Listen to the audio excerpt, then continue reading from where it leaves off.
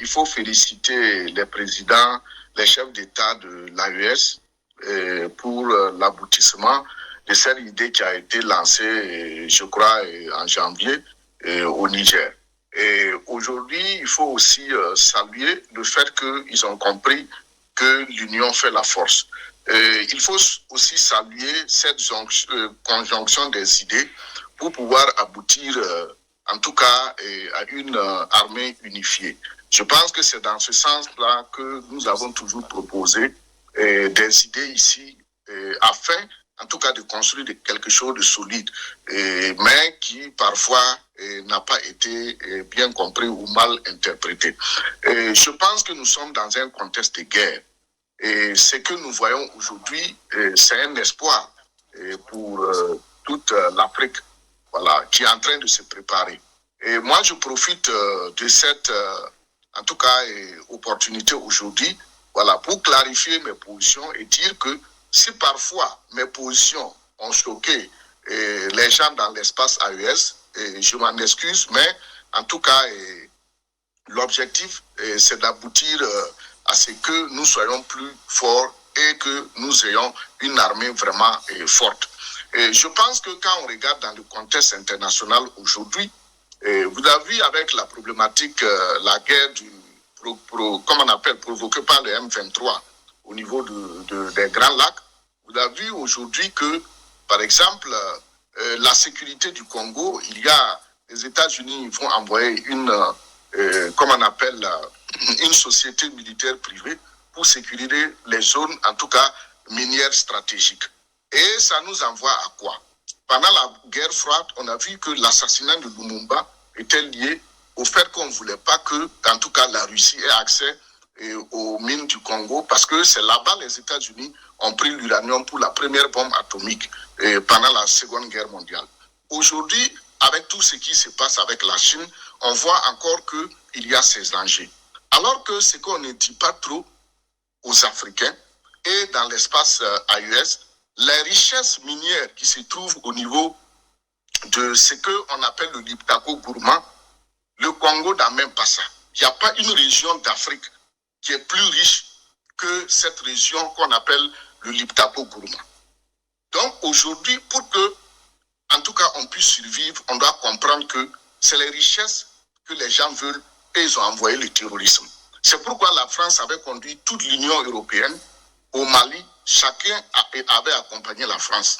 Quand vous regardez au Niger, les États-Unis et l'OTAN, pratiquement, avec chacun une base militaire au Niger. C'était pour pouvoir vraiment contrôler la zone. Donc aujourd'hui, je pense que militairement, nous devons aller plus loin. Et je termine en disant que c'est pas coûteux, c'est pas difficile. C'est pas coûteux en ce sens que les richesses que nous avons doivent nous permettre de diriger une armée forte. Guy Zerbo l'a dit, on ne colonise pas innocemment. Deuxièmement, c'est pas coûteux en ce sens que quand vous regardez aujourd'hui, nous devons rentrer dans notre culture. L'Afrique a cette expérience de grande armée. L'Afrique a cette expérience militaire. Mais si on ne rentre pas dans les profondeurs de l'Afrique, on va croire que nous existons à partir des années 60 où on a commencé à dire que non, c'est les indépendances. Non, on doit aller au-delà. Et quand vous prenez un pays comme le Mali, il a cette grande expérience en termes de grande armée. Et aujourd'hui, autour du Mali, je pense qu'on peut faire grandes choses. Donc, ce n'est pas des choses qui sont impossibles. Et regardez même la Chine qui est développée aujourd'hui avec la guerre commerciale. Regardez ce que les Chinois disent aux Américains en termes de culture et en termes de recul et en termes de profondeur. Et les grandes œuvres que la Chine met aujourd'hui en place, la Chine dit que les ancêtres ont construit les grandes murailles et ils sont capables de construire des grandes infrastructures. La Chine dit qu'il y a eu les routes de la soie que les ancêtres ont emprunté pour faire le commerce, ils vont refaire les mêmes choses. Donc nous, Africains, on s'appuie sur quoi? Sur quelle partie de notre culture? Donc voici tous les enjeux et je pense que ce n'est pas impossible. Okay, Dacier Benouté, c'est possible? Oui, merci. Je pense que on en a les moyens. Tout dépend de la volonté politique. Et tout dépend aussi de comment ces chefs d'État africains, les chefs d'État de l'AES vont poser le problème. Il faut faire appel aux chercheurs. Il faut faire appel aux scientifiques qui vont poser des problèmes de base. Par exemple, le nom de l'armée. Il faut qu'on fouille dans notre tréfonds historiques pour voir comment on va baptiser nos armées. Ça, c'est possible. Deuxièmement, du point de vue démographique, nous avons une population très jeune. Donc, on peut militariser très bien nos pays. En termes aussi, troisièmement, en termes d'efficacité, on en a l'expérience. Quand le président Ibrahim Traoré est arrivé nouvellement, on a vu à quel niveau était notre armée. Mais en un rien de temps, on a créé des pires, même on a vu les VDP, les gens se sont mobilisés et aujourd'hui, je pense que cette armée a pu, en tout cas, occuper le terrain et en train de défendre le territoire. Même chose pour le Mali. On a vu comment Assimi Goïta et sa suite se sont tournés vers la Russie et on a vu comment ils se sont réorganisés. Au Niger, on a vu aussi comment l'armée s'est mise derrière le général Tiani et comment aussi le peuple s'est mobilisé. Donc, on a cette expérience. Maintenant, tout dépend de comment on travaille en profondeur pour nous construire. Parce que ces questions-là, il n'y a pas de complexe et de complaisance. Nous devons nous affirmer. Et on a le devoir absolu de réussir. Parce que quand vous regardez les tensions du monde, on n'a pas autre choix que de nous protéger. Surtout qu'on a des grands partenaires. Parce que les conflits entre puissances dans le monde sont ouverts. Maintenant, c'est des alliances.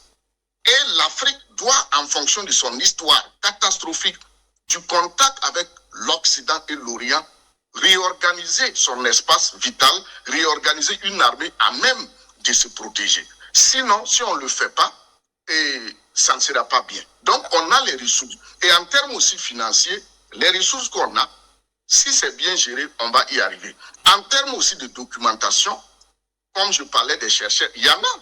Quand vous lisez les travaux de Kizerbo, les travaux de Cheikh Anta Diop, au Bengale, Kizerbo particulièrement a étudié presque tous les royaumes africains. Donc, à l'intérieur, on peut puiser comment ils se sont organisés, quels ont été les grands moyens, quelles ont été les stratégies. C'est comme ça. Donc, l'armée aujourd'hui est en train de travailler. L'armée de l'AES doit recruter des historiens, doivent consulter des historiens, doivent consulter des anthropologues, les linguistes, les économistes, pour pouvoir comprendre les enjeux. On doit avoir une approche holistique. Mais si on laisse ça entre les mains des militaires uniquement, entre les mains des chefs d'État uniquement, ça ne peut pas marcher. Il faut aussi que les peuples, il faut que aussi les chercheurs s'impliquent. Et dans le domaine de la recherche, on a déjà des acquis. Le président Ibrahim Traoré a annoncé qu'il va lancer l'IPN. Alors que l'IPN, c'est la bête noire de l'Occident.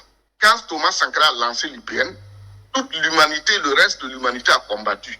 Parce que le jour que les Africains vont se réveiller scientifiquement, le monde va trembler parce que la science est africaine. La science est africaine. Donc, si les Africains renouent avec la science, les Africains renouent avec leur histoire, leur culture, ils verront bientôt qu'on va construire de nouvelles pyramides. Ce qui n'est pas du goût de l'Occident et de l'Orient. Donc, il va falloir qu'on travaille en synergie.